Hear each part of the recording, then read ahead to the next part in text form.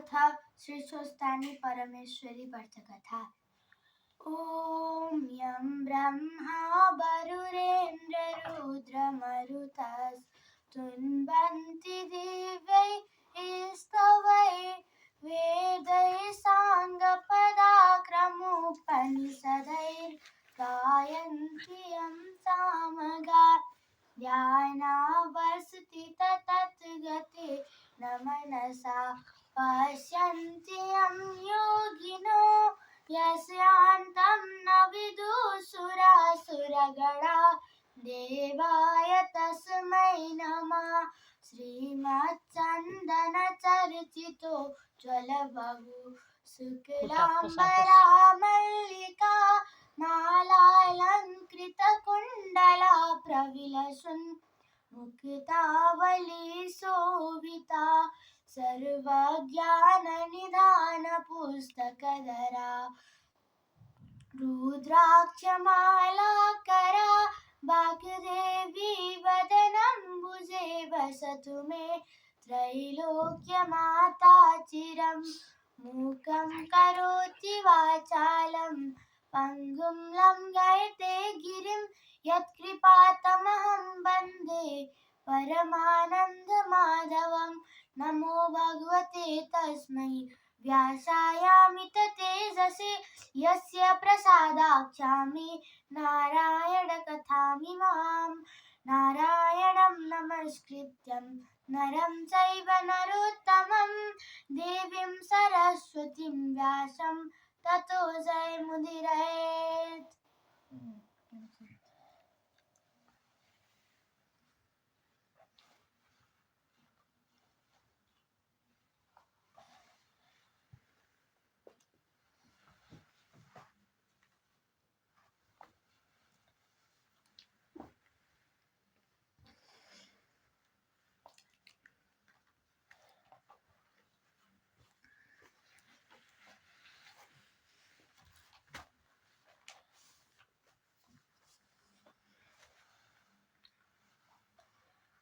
द्वितीय अध्याय।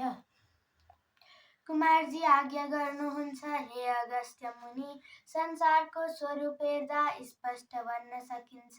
यसमा हरेक कुरा कुनै यन्त्रको चक्र घुमेझै घुमिरहेको छ, किनभने आश्चर्यको गति जस्तो हुन्छ, आश्रितको गति पनि त्यस्तै हुन्छ। विश्वमा रहेका दृश्यको या जन्य वस्तुको आश्रय काल हो। त्यो कालचक्र निरन्तर एकछिन नरोकी घुमिरहन्छ। जस्तै अहोरात्र, 7 वार, तिथि, महिना, ऋतु, अयन, वर्ष, युग, मनवन्तर, कल्प, यिनीहरूको कालचक्र अनादिकालदेखि अनन्तकाल तक फन्का खाइरहन्छ। त्यसैले त्यस्तो चक्रवर्त समान कालको आश्रित सृष्टि पनि त्यस्तै गरी घुमिरहन्छ। जुनसुकै चक्रको पनि घुमाइ हेर्दा छर्लङ्ग थाहा हुने कुरा हो। आधा भाग चक्रको तल्लापट्टि सर्कन्छ, आधा भाग माथिल्लापट्टि सर्किन्छ। त्यस्तै ब्रह्माण्ड प्रकृतिको गति पनि चक्रवर्त झै फन्का खाइरहन्छ। त्यसमा सृष्टि दुई किसिमको हुन्छ, एक व्यष्टि सृष्टि र अर्को समष्टि सृष्टि। यसै उसले चक्रवर्त घुम्ने प्रकृतिका फन्कामा व्यष्टि सृष्टिको धारा तलदेखि माथि आउँछ। अतएव तमोगुणबाट चढ्दै सत्वगुणसम्म पुग्दछ। समष्टि सृष्टिको प्रवाह चक्र भने माथिदेखि तलतिर ओर्लन्छ। यसै उसले ब्रह्माण्डमयको प्रकृतिमा सृष्टिका अनादिकालमा सत्वगुण बहुल सत्ययुग आउँछ। त्यसपछि क्रमशः रजोगुण र तमोगुणको बाहुल्यका तारतम्य अनुसार त्रेता, द्वापर र कलियुगहरू प्रस्फुटित हुँदै जान्छन्। यस किसिमको युग चक्र लाखौं पटक चक्कर खाइरहन्छ। ब्रह्माण्ड प्रकृतिको गतिविधि पनि सुस्त सुस्त सत्वगुणको भुक्तान गर्दै रजोगुणतिर घुम्दै फिर्दै आखिर तमोगुणका रहेको कल्प प्रलयको अगाध उदरमा विलिन हुन्छ। यसैलाई भन्छन् प्रलय, कल्पान्त, सृष्टिको अवसान तथा ब्रह्माण्ड प्रकृतिको एउटा चक्रावर्त गति समाप्ति। यस ब्रह्माण्ड प्रकृतिका चक्रावर्त गतिका सिद्धान्त अनुसार यस कुराको अठोट गर्नु युक्तियुक्तै हुन्छ।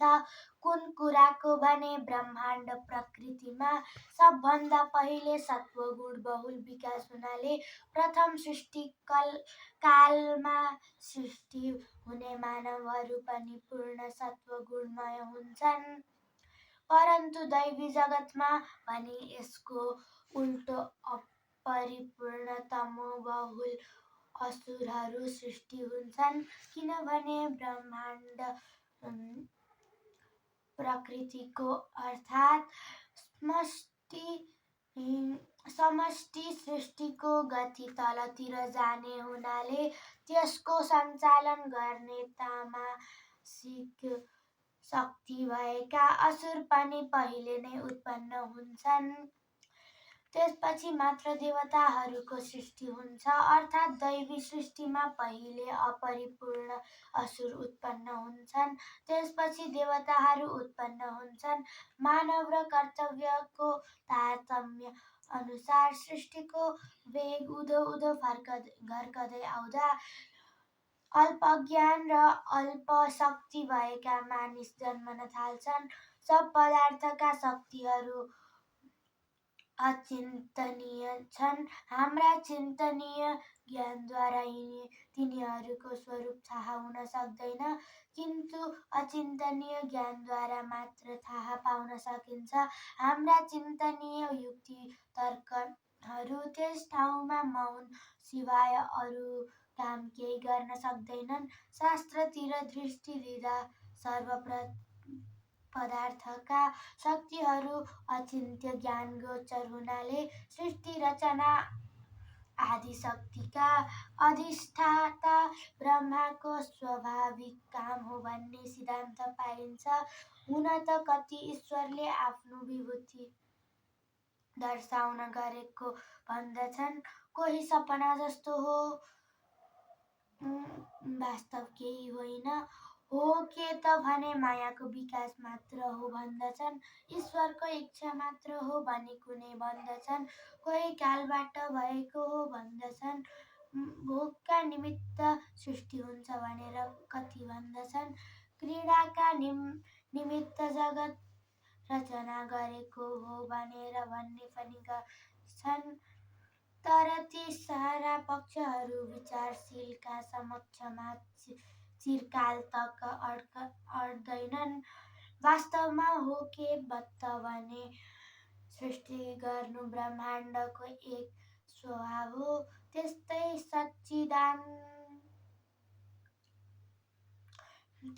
सच्चिदानन्द विज्ञानकन्द ब्रह्मदेवको पनि सृष्टि गराउने स्वभाव हो। प्रकृति हो यो स्वभाव आगाको तातो पानीको चिसोपना जस्तो हो। त्यस व्यापक ब्रह्म सत्ताको अभाव भएको देश काल कुनै छैन। अतएव उनकी शक्ति स्वरूपिणी प्रकृति अथवा महामायाको पनि सत्ता सर्वत्र छ। प्रकृति त्रिगुणमय हुनाले र ज्ञान सत्ता रूपी ब्रह्म व्यापक हुनाले जड प्रकृतिमा चेतनद्वारा स्पन्दन हेमसा भइरहनु पनि स्वभाव सिद्ध कुरा हो। यसै उसले चैतन्य सत्ताका आश्रयमा स्पन्दन धर्मिणी प्रकृतिमा स्वाभाविक स्पन्दन अनुसार अनन्त सृष्टिधारा प्रवाहित हुनु पनि स्वाभाविक हो। त्यसमा पनि ब्रह्म निमित्त मात्र हो। सृष्टिका निमित्त त वस्तुको आफ्नो आफ्नो प्रकृति नै मूल हो। महाप्रकृतिद्वारा प्रेरित भएर सृष्टिको काम गर्दछ। पहिला स्तरमा ब्रह्मा र उनकी शक्ति छन्। द्वितीय स्तरमा अनन्त ब्रह्माण्डहरू छन्। तृतीय स्तरमा प्रत्येक ब्रह्माण्डका सृष्टिकर्ता ब्रह्मा छन्। ब्रह्मा आफ्नो परिमाण अनुसार 100 वर्षसम्म बाँच्दछन्। त्यही 100 वर्ष आयुष्यलाई पर पनि भन्दछन्। त्यसको आधालाई परार्ध भन्दछन्। कालको राम्ररी परिमाण बुझेपछि ब्रह्माको आयुष्य जान्न सकिन्छ। तसर्थ सो देखाइन्छ। 15 निमेष झिमको एक काष्ठा हुन्छ। 30 काष्ठाको एक कला हुन्छ। 30 कलाको एक मुहूर्त हुन्छ। 30 मुहूर्तको एक अहोरात्र हुन्छ। 30 अहोरात्रको एक महिना या 2 पक्ष हुन्छ। 3 महिनाको एक अयन हुन्छ। अयन 2वटा हुन्छन्, दक्षिणायन र उत्तरायण। ती 2 अयनको वर्ष एक हुन्छ। त्यस मानिसको एक वर्षमा देवताको एक अहोरात्र हुन्छ। दक्षिणायन रात हो, उत्तरायण दिन हो। यस किसिमले दिव्य परिमाण मिलाउनु त दिव्य ब्रह्मा 1000 वर्षको मानवीय चतुर्युग हुन्छ। दिव्य 4000 वर्षको सत्ययुग, दिव्य 3000 वर्षको त्रेतायुग, दिव्य 2000 वर्षको द्वापरयुग, दिव्य 1000 वर्षको कलियुग अनि सत्ययुगको पूर्व सन्ध्या 400 दिव्य वर्ष। उत्तर सन्ध्यामा पनि दिव्य 400 वर्ष। त्यस्तै त्रेताको पूर्व सन्ध्या 300 दिव्य वर्ष। उत्तर सन्ध्यामा पनि 300 दिव्य वर्ष। द्वापरको दिव्य सन्ध्या दिव्य 200 वर्ष। उत्तर सन्ध्या दिव्य 200 वर्ष। कलिको पूर्व सन्ध्या 1 दिव्य 100 वर्ष। उत्तर सन्ध्या दिव्य 100 वर्ष। तदनुसार जोड्दा 10,000 युग वर्ष भयो। युग सन्ध्या परिमाण 2000 वर्ष भयो। यो समेत जोड्दा 12,000 भयो। यसै दिव्य 12,000 वर्षमा सत्य, त्रेता, द्वापर, कली आदि 4 युग सकिन्छन्। अब कल्पका आदिमा नारायण नामक ब्रह्माजीले सृष्टि गरेको प्रकार देखाइन्छ। अतीत कल्पमा आखिरमा निधाएर बिउजेका महाप्रभु सत्ययोगी ब्रह्माजीले लोक शून्य देख्नुभयो। एक छत्त भएका यस जगतमा पूर्वकल्पका आखिरमा डुबेकी पृथ्वी पानीभित्र होलिन् भन्ने अठोट गरेर ती डुबेकी पृथ्वीलाई उतार्ने मनसुवा लिई। जस्तै योभन्दा पुराना कल्पमा मत्स्य, कच्छप आदि रूप लिनुभयो। त्यस्तै यस कल्पमा वेद यज्ञ मय वराहको रूप लिएर खडा हुनुभयो। उहाँलाई जनलोक निवासी सिद्धहरू स्तुति गर्न लागे। वराहहरू पनि भगवान भने पृथ्वी उद्धार गर्ने इच्छा लिएर जलभित्र पस्नुभयो। पातालैसम्म पुग्नुभयो। पृथ्वीले पनि देखिन् र स्तुति गर्न लागिन्। अनि दारामा पृथ्वीलाई राखेर एकार्णव जलमा माथि उत्रन लागेका भगवानको योगीहरू स्तुति गर्न लागे। अनि त्यस पृथ्वीलाई त्यस्तै अपार जलमाथि समुद्रमा जहाज राखेका झै राखिदिनुभयो। नाउ जस्तै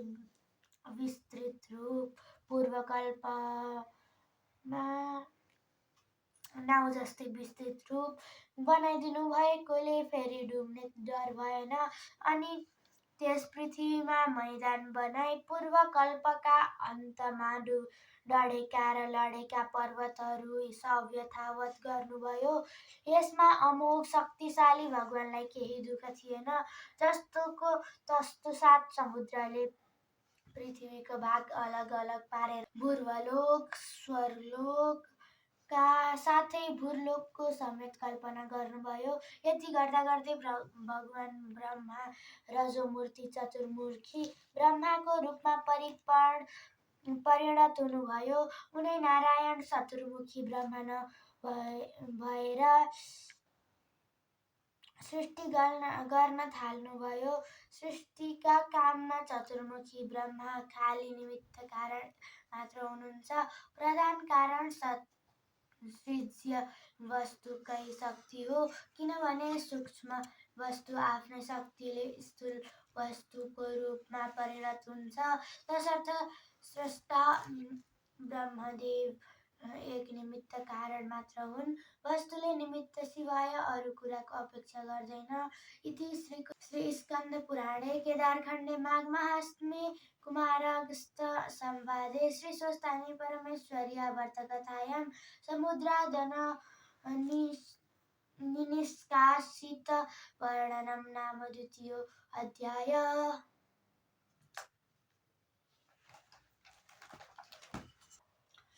सधैँ कथा सुनिसकेपछि श्रोताहरू सबैले आफ्ना आफ्ना हात पानीले धोई पुष्पाञ्जली लिई हात जोड्नु। कथा भन्ने वाचकले यो तल लेखेको मङ्गलाचरण भन्नु। उपनयतु मङ्गलं वा सकल जङ्ग मङ्गलालय श्रीमान् दिनकर किरण निबोधित नवनलिन दल निवेक्षण कृष्ण काले वर्षतु पर्जन्य पृथिवी सस्यशालिनी देशोऽयं क्षोभरहितो ब्राह्मणा सन्तु निर्भया अपुत्रा पुत्रिणः सन्तु पुत्रिणः सन्तु पौत्रिणः निर्धना सधना सन्तु जीवन्तु शरदां शतं तत्रैव गङ्गा यमुना च तत्र गोदावरी सिन्धु सरस्वती च तीर्थानि सर्वाणि वसन्ति तत्र यत्राच्युतोद्धार कथा प्रसंग या कुन्दन्तु तुषारहार धवला या शुभ्रवस्ता वृता या वीणा वरदण्ड मण्डितकरा या श्वेत पद्मासना या ब्रह्माच्युत शङ्कर प्रभृति वीरदैव सदा वन्दिता सा मा पातु सरस्वती भगवती निःशेषजाड्यापहा कायेन वाचा मनसेन्द्रियर्वा बुद्ध्यात्मना वा नुसृते स्वभावत् करोमि यद्यत् सकलं परस्मै नारायणायेति समर्पयेतत् नारायणायेति समर्पयेतत्। श्री स्वस्थानी परमेश्वरै नमः। श्री स्वस्थानी माता की जय। यति भनिसकेपछि कथा सुन्ने श्रोता सबैले पुष्पाञ्जली चढाई दण्डवत गर्नु र आफ्ना आफ्ना मनको चिन्तित वर माग्नु।